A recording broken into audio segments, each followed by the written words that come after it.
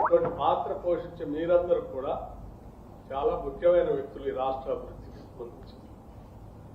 అందుకోసం మీ అందరితో కూర్చొని మాట్లాడి మీ సమస్యలు ఉంటే కూడా విని వాటిని పరిష్కారం చేసి ముందుకు తీసుకోవాలనే ఆలోచనతోనే ఈ సమావేశం ఏర్పాటు చేశాం. ఈ పరిసర ప్రాంతాల్లో కావాల్సిన సబ్స్టేషన్స్ కడదాం, ట్రాన్స్ఫార్మర్స్ ఇద్దాం, లైన్లు వేద్దాం, అగ్రికల్చర్ పంప్ సెట్స్ వాళ్ళకి అప్లై చేసుకొని పెట్టుకున్న లోపల నెల రోజుల్లోనే మీ సిఆర్పి గారు నెల రోజులు అంటారు, మీరు ఇంకా కుదించుకోని కూడా చెప్తున్నారు.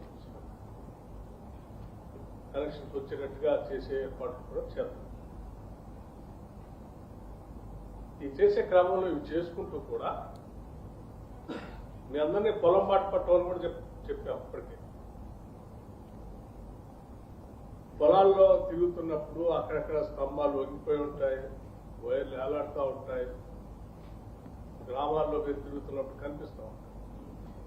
సో ఎక్కడ కూడా ఏ స్తంభం వంగిపోయి ఉండకూడదు, వైర్లు ఏలాడబడి ఉండకూడదు. ఇది సీరియస్ గా మనం తీసుకోవాలి. ఎందుకంటే ఆ వైర్లో ప్రవహించే కరెంటు అది అత్యంత ప్రమాదకరమైనది కూడా. ఎంత ఉపయోగకరమో అంత ప్రమాదకరం. మనుషుల ప్రాణాలతో ముడిపడి ఉంది. పొరపాటున ఒక మనిషి చనిపోయినా కూడా దానికి విలువ కట్టలేము. మనం మనిషి ప్రాణం అత్యంత విలువైంది. సో అందుకోసం మనం అత్యంత జాగ్రత్తగా ఉండాల్సిన అవసరం కూడా ఉంది. దయచేసి మీరు చాలా సీరియస్గా తీసుకుని ఈ హ్యూమన్ లైఫ్ గురించి చాలా పకడ్బందీగా ముందుకు పోవాలి. అట్లాగే అక్కడక్కడ ట్రాన్స్ఫార్మర్స్ మనం రిపేర్కి ఇస్తే మనతో టైఅప్ ఉన్నటువంటి ఏజెన్సీస్ ఆ రిపేర్ చేసి సక్రమంగా అయిపోతే మళ్ళీ తీసుకొస్తే మళ్ళీ వెళ్ళిపోతాం. సో ఈ రిపేర్ చేసేటువంటి వ్యవస్థలను కూడా మీరు అప్పుడప్పుడు ఇన్స్పెక్షన్ చేయాల్సింది సీరియస్గా.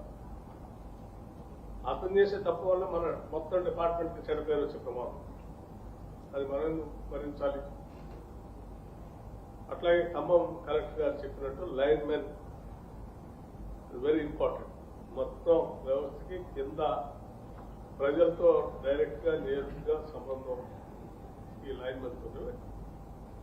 ఈ లైన్ మెన్ అనే వ్యక్తి అతను సన్నిహితంగా మంచిగా ఉంటే మనకు మంచి పేరు వస్తుంది, అతను బిహేవియర్ రూడ్ గా ఉంటే మనకు చెడ్డ పేరు వస్తుంది. మనం ఎంత చేసాం. సో అతన్ని నిరంతరం మీరు వాచ్ చేస్తూనే ఉండాలి. How is behave with this community, అతని బిహేవియర్ అవసరమే కౌన్సిలింగ్ కూడా చేయాలి. నేను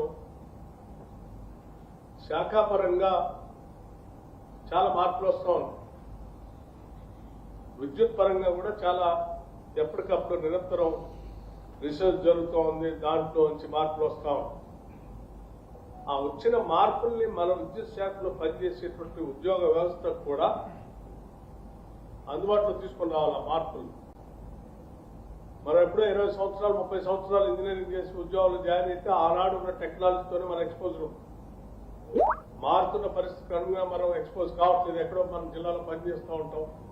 ఈ టెక్నాలజీ ఎక్కడో వచ్చింది కొత్తది, దానికి మనకి లింకే లేదు. అందుకోసమే నేను నిన్న రివ్యూ చేసినప్పుడు స్పష్టంగా ఆదేశాలు ఇచ్చాను. ఎనర్జీ శాఖ ఇంజనీరింగ్ వాళ్ళకి ఒక యాస్కి లేకపోతే ఇంకొక అడ్మినిస్ట్రేటివ్ కాలేజ్ ఎట్లా ఉంటుందో మన ఎనర్జీ డిపార్ట్మెంట్ కూడా ఒక స్టాఫ్ కాలేజ్ లాంటి ఒకటి పెట్టండి.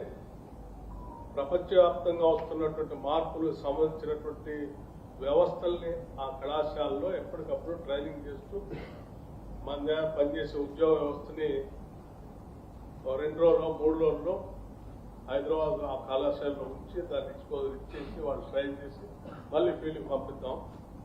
తద్వారా వాళ్ళు కూడా అప్డేట్ అవుతూ ఉంటారు, నాలెడ్జ్ పెరుగుతూ ఉంటుంది వాళ్ళకి కూడా. అటువంటి వ్యవస్థను ఇమీడియట్ గా చేయాలని చెప్పాను నేను. అది కూడా త్వరలో చేస్తాం.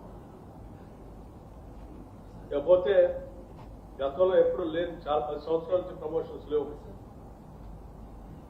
మనం రాగానే పెండింగ్ ఉన్నటువంటి 10 సంవత్సరాల నుంచి పెండింగ్ ఉన్న ప్రమోషన్స్ అన్ని ఇచ్చాం. First of it.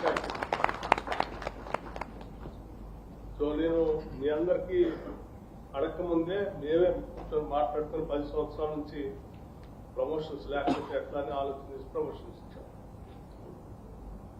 ఈ ప్రమోషన్స్ ద్వారా ముందుకొచ్చిన వాళ్ళందరికీ అభినందనలు.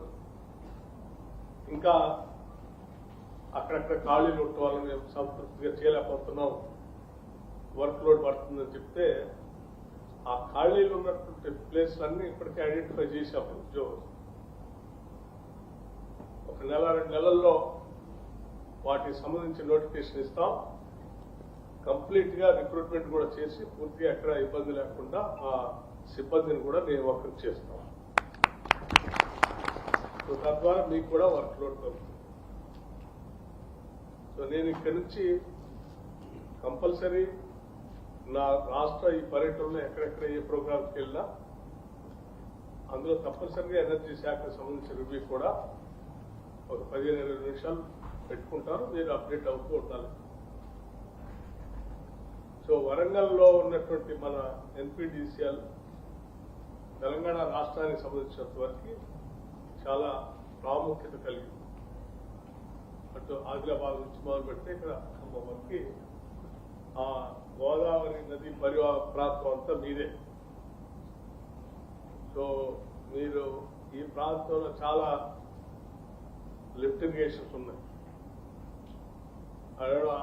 ఆదిలాబాద్ అవతల నుంచి మొదలు పెడితే ఇక్కడ చివరికి ఇక్కడికి వచ్చే వరకు సీతమ్మ సాగర్ దాకా అనేక లిఫ్ట్ ఇరిగేషన్స్ ఉన్నాయి.